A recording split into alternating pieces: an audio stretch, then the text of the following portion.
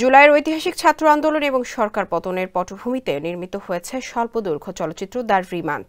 দেশের রাজনীতি এবং সমাজ ব্যবস্থায় পরিবর্তন আনা ছাত্রদের সাহসী ভূমিকা, অপরাধীদের মুখোশ উন্মোচন এবং গ্রেপ্তার জিজ্ঞাসাবাদের উপর ভিত্তি করে এই চলচ্চিত্রটি পরিচালনা করেছেন আশরাফুর রহমান। শুটিং সেট থেকে ঘুরে এসে বিস্তারিত জানাচ্ছেন রাজু আহমেদ।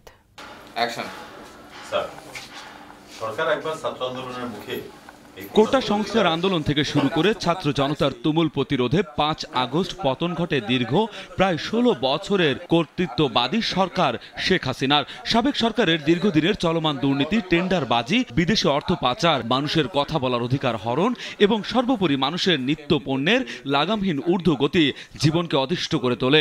এসব বিষয়ে বৈষম্য লাঘব করাই ছিল ছাত্র আন্দোলনের অন্যতম উদ্দেশ্য।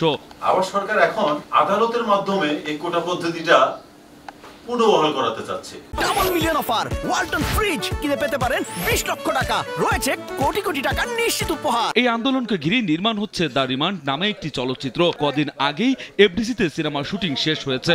গল্পটি হচ্ছে জুলাইয়ের ছাত্র আন্দোলন এবং সরকারের পট পরিবর্তন।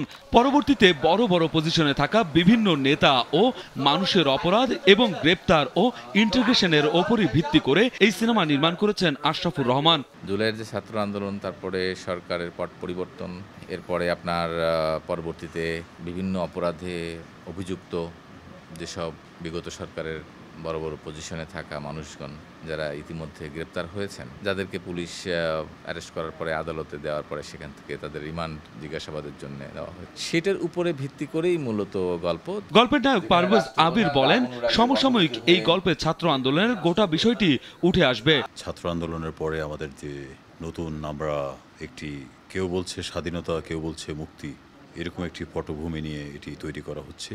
এখানে ছাত্র আন্দোলনের আগের কিছু স্টোরি থাকবে এবং এরপরের কিছু স্টোরি থাকবে। সরকার পতনের পর থেকেই নানান গল্প সবার সামনে উঠে আসছে, তবে তার সবটা জানেন না সাধারণ মানুষ। সেই সব অজানা কথাগুলো এবং তরুণদের যে বিরাট ত্যাগ ও যে ইতিহাস সৃষ্টি করেছে সেটাই সামনে আনার চেষ্টা করা হয়েছে এই গল্পে পারভেজ আবিরের সঙ্গে আরো অভিনয় করছেন লুৎফর রহমান জর্জ, মারুফ আকিব, জাকিয়া বারি মম, সালহা খানম নাদিয়া সহ অনেকেই। সিনেমাটি মুক্তি পাবে চলতি বছরের ডিসেম্বরে।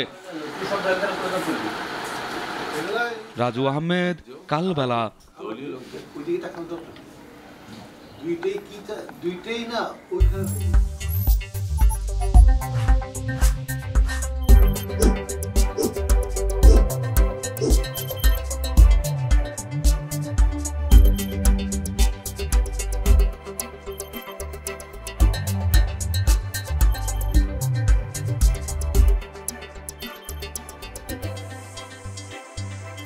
Thank you.